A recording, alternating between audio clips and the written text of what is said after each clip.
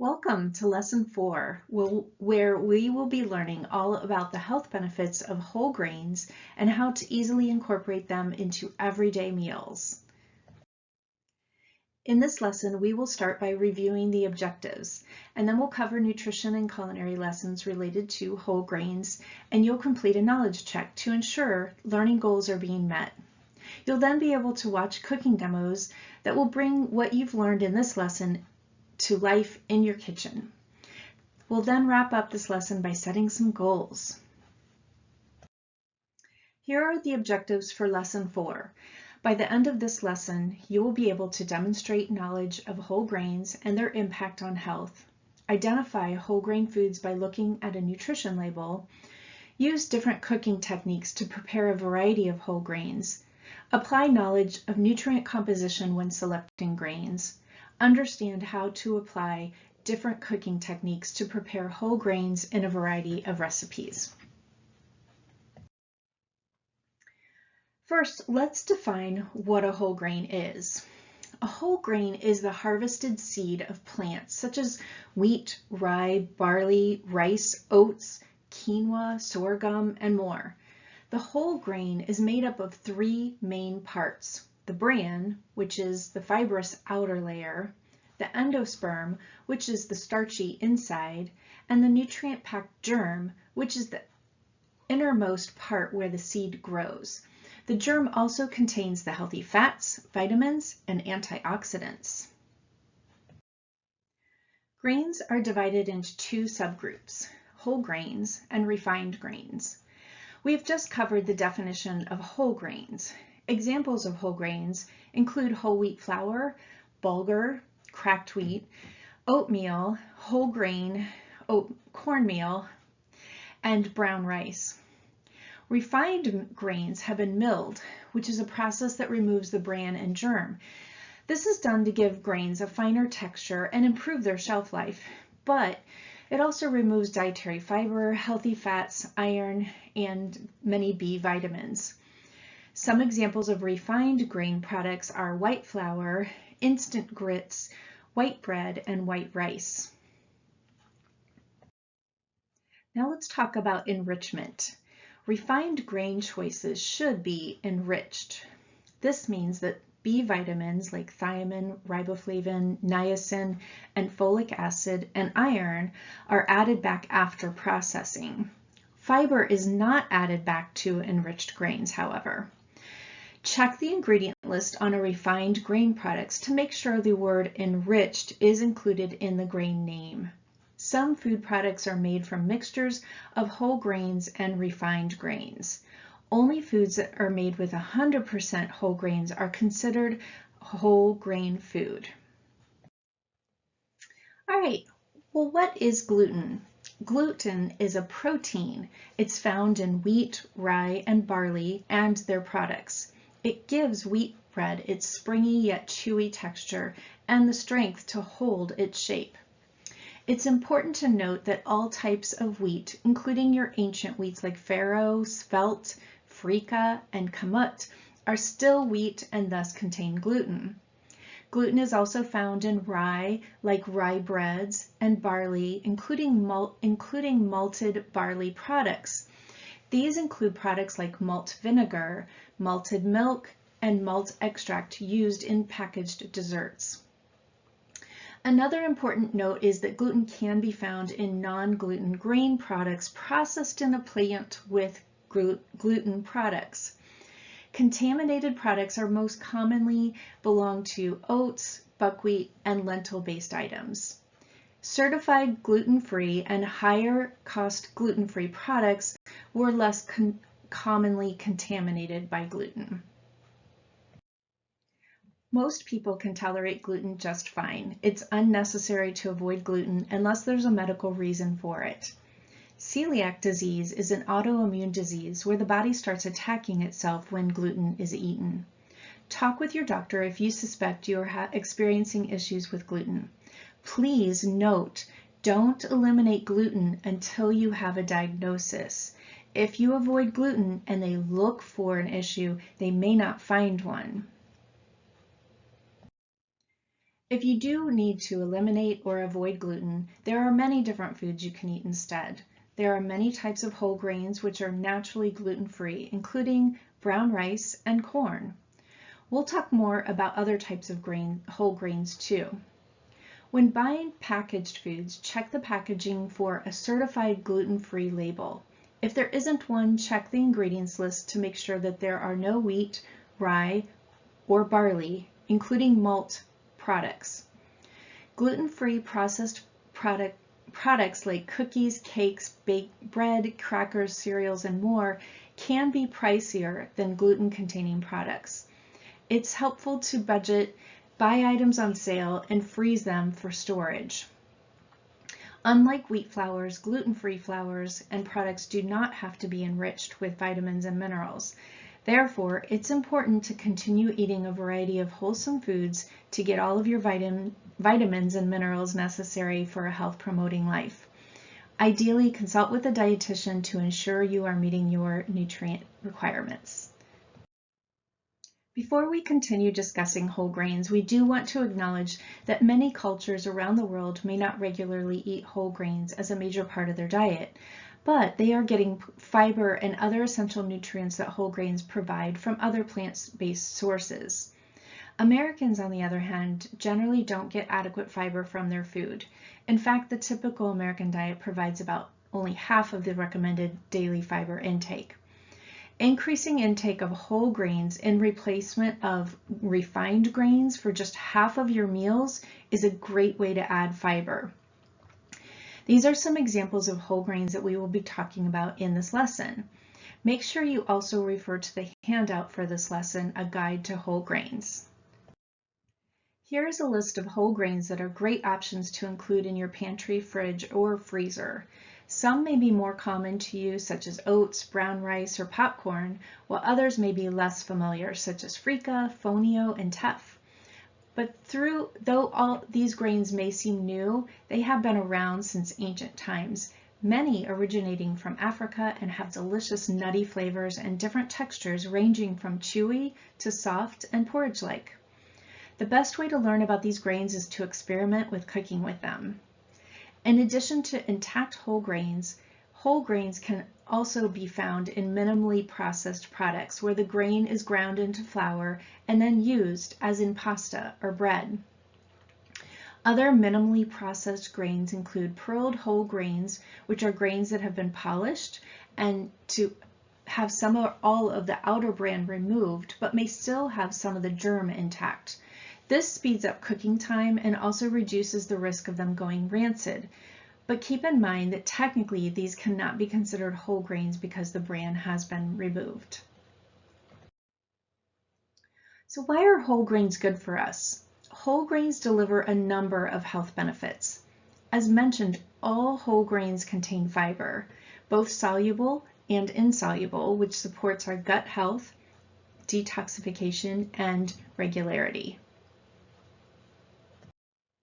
Whole grains also contain vitamins including niacin, thiamine, and folate, which are all B vitamins, as well as vitamin E. B vitamins are essential nutrients that help convert food to fuel, and vitamin E is an essential fat-soluble antioxidant.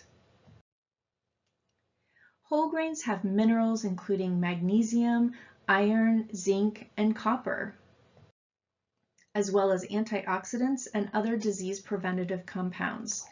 Antioxidants such as phytic acid, lignans, ferulic acid, sulfur compounds.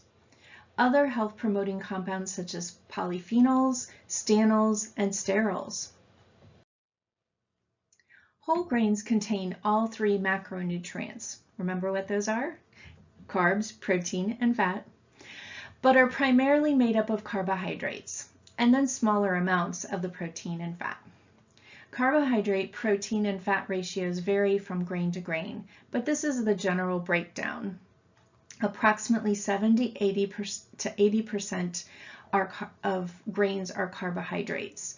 Protein is about 10 to 15%, and fat is less than 10% of the product. While all of these foods are referred to as whole grains, there are two major subcategories of grains known as pseudograins and grasses. Pseudograins include amaranth, quinoa, buckwheat, quinoa, wild rice. All are naturally gluten-free, but always check labels for cross-contamination. The grasses family contains all major cereals, as well as some less common ancient grains such as teff and fonio. Grasses include wheat, rye, barley, rice, millet, oats, sorghum, corn, teff, fonio. Some are gluten-free, but as mentioned already, you should check the label for cross-contamination. Sprouted grains have been popping up more and more as a recent health trend, but they do have some real health benefits. Sprouted grains are whole grains that have been soaked for an extended period of time until they begin to sprout. Some varieties are cooked or dried and then ground into flour. Let's recall that whole grains are harvested seeds of plants. Sprouting results in changes in the grain that yield a variety of benefits. For instance, sprouted grains have a higher level of the vitamins and minerals. They're also easier to digest, and they're higher in protein and fiber. One note about fresh sprouts, though, be sure to wash thoroughly as they can harbor bacteria. Sometimes identifying whole grains on processed foods can be tricky. Some foods are labeled with the Whole Grain Council stamp that's shown here, indicating that it's made with whole grains. But otherwise, the best way to tell if a product is made with whole grains is to look at the ingredient list. The key is to look for the word whole in front of the grains list, the grains that are listed. And just remember that the ingredients are listed in order of their amount in the product. So for example, if whole oats or whole wheat flour is listed as the first ingredient, you can tell that the food is made mostly of whole grain. If the first ingredient listed is just wheat flour or enriched wheat flour, the whole grain is listed towards the end of the ingredient list, then the product contains only a small amount of whole grain and is primarily made with refined grain. Labels about fiber also help identify whole grains. Look for labels that say the food is a good source of fiber or high in fiber. When reading a food label, choose foods that contain more fiber. As a rule of thumb, choose cereals with 6 or more grams of fiber per serving, breads and crackers with 3 grams or more per serving, and pasta with 4 or more grams per serving. Another strategy is to make sure that the whole grain food has at least 1 gram of fiber for every 10 grams of carbohydrates. If you look for a 1:5 ratio, that is even better. A good source of fiber means that at least 10%, it contains at least 10% of the daily value, or 2.5 grams per serving. High fiber means that it contains over 20% of the daily value, or 5 grams per serving. If a food does not have a label indicating what it contains, there are also other ways to identify whole grains. There are both visual and physical clues. A big visual clue is the color. Whole grains are typically darker because of the bran which is left on, while refined grains tend to be lighter. The most basic examples of whole grain are brown rice versus refined white rice, or whole wheat bread versus white bread. Another clue is the weight or density of the bread. White bread is much lighter and fluffier than whole grain bread, just because of the natural weight of the flour that's used. And now let's move into our culinary lesson where we will learn how to cook with whole grains. There are some things to keep in mind when storing whole grains, flours, or meals. The germ of the grain contains oils, and the oil may cause the grain to turn rancid over time depending on how it is stored. The Whole Grains Council suggests that whole grains be stored in airtight containers, glass jars, plastic, or glass containers with lids, so it is wise to remove your bagged grains and transfer them to one of these vehicles once you've brought them home. Intact whole grains can be kept for up to 6 months when stored in a cool, dry place like your pantry. If kept in the freezer, the grains should last up to a year. Ground or milled grains are more susceptible to spoilage because the outer layer of the grain has been broken up and all parts of the grain are exposed to oxygen. Milled or ground grains can be kept for 1 to 3 months in a cool, dry place, or about 2 to 6 months in the freezer when storing in airtight containers. Mark the date of purchase on the package or container before storing it. That way you'll be reminded to use it while it's fresh. There are different methods for cooking whole grains: the absorption method, the pasta method, as well as the pilaf method and risotto method, which we will get into more detail. No matter which method, it is also possible to soak grains prior to cooking to speed up the cooking time. Soaking in a slightly acidic mixture also helps break down the phytic acid, which has a tendency to bind certain minerals, affecting their absorption. Method 1 is to add whole grains to a pot and add enough warm water to cover your grains by at least an inch, or add the allotted amount of water based on the grains' cooking instructions. 2. Add 2 tablespoons of apple cider vinegar or lemon juice.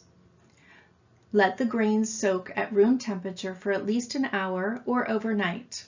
When soaking is complete, add more water if necessary prior to cooking. Proceed with cooking until the liquid is absorbed and grains are tender. There are several other ways to cook whole grains. Here we will cover the pasta method and the pilaf method. This is called the absorption method. You want to combine dried grains in an appropriate amount of water or stock based on the package instructions. Add a pinch of salt if desired. When liquid comes to a simmer, cover and cook on low until the water is absorbed and the grain is tender. The pasta method. You're going to fill a large pot with water, allow the water to come to a boil, and properly salt if using. Add dried grain or pasta to the boiling water and cook it until it's tender. You'll drain then through a colander, reserving the starchy liquid if desired or if indicated with your recipe. Toasting grains can also be a great way to bring out even more of their natural nuttiness. Simply add a small amount of oil to a pot and add the grains. Stir and heat over low heat for a few minutes until they become aromatic. If using the pilaf method or risotto method, this is when you could add aromatics such as chopped onion or shallot, and then add the liquid and finish cooking. For the pilaf method, you're going to place fat such as oil or butter in a pot on a low-medium heat. Sauté the aromatics like onion and thyme in the fat for a few minutes until soft. Add your dry grains and stir for another several minutes to toast. Then you'll add the liquid and proceed with cooking. The risotto method. Similar to the pilaf method, but liquid is added gradually instead of all at once. Place your fat such as oil or butter in a pot on low-medium heat. Sauté your aromatics such as onions or shallots in the fat for a few minutes until soft. Add your dry grains such as rice, barley, and stir to coat the grains in the fat for 1 to 2 minutes. Add some white wine if you like and cook until that is absorbed. Following that, you're going to add a ladle of simmering stock and stir until the liquid is fully absorbed. Continue adding liquid 1 ladle at a time until your rice is al dente or your grain is al dente, and any liquid remaining is thick and creamy. Time will vary based on the grain you are using. And one clarification, when you're ladling simmering stock, that's coming from a separate pot on your stove that you're keeping warm. This is a very slow cooking process, and this allows for the starches to be released and it becomes smooth and rich. Once your grains are cooked, you can store them in the refrigerator for use for up to 4 days. Some ways you can utilize these grains are batch cooking and then using the leftover grains for things like stir fry, grain bowls, adding to soups, adding to salads, as a binder for plant-based burgers, stuffed peppers, even more. Now let's watch a video about how we can use those for vegetable fried rice.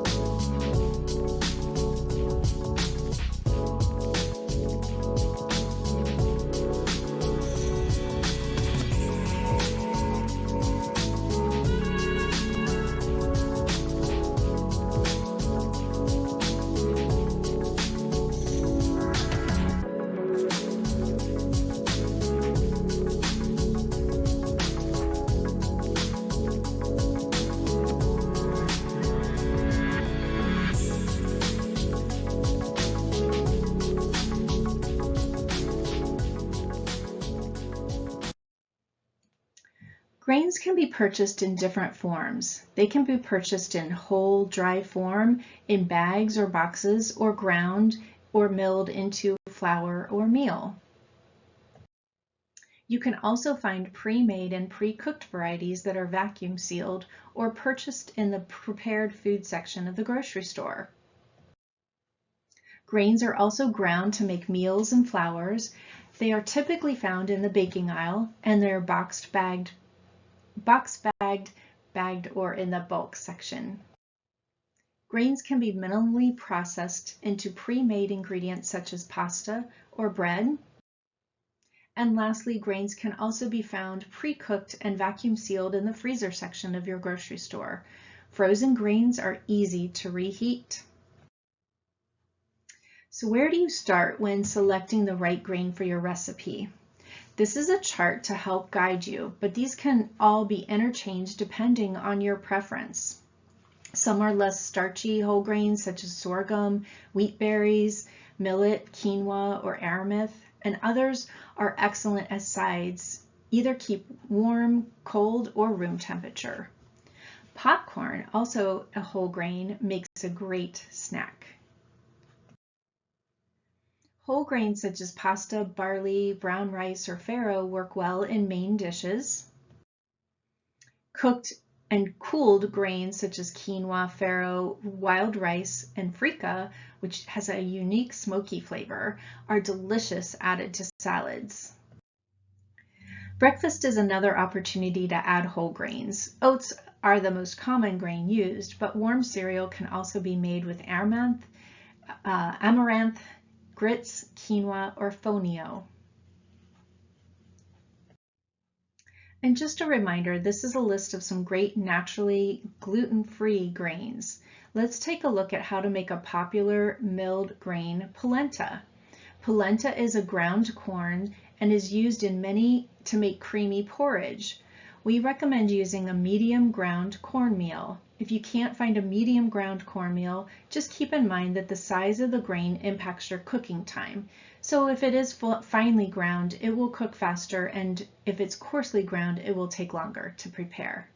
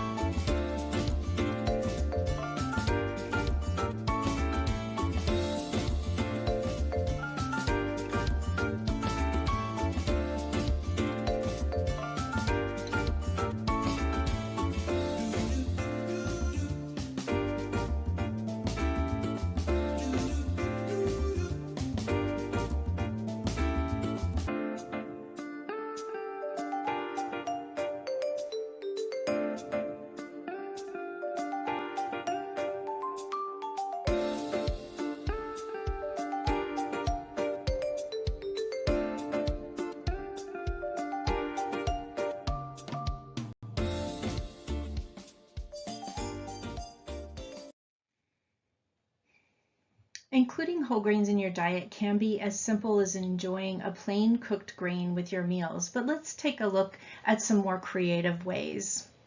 For breakfast, for example, look at overnight oats or a whole grain toast with butter, peanut butter, or any kind of nut butter, quinoa bowls with fruit, nuts, and milk, leftover brown rice with maple syrup and cinnamon, spice amaranth with baked fruit.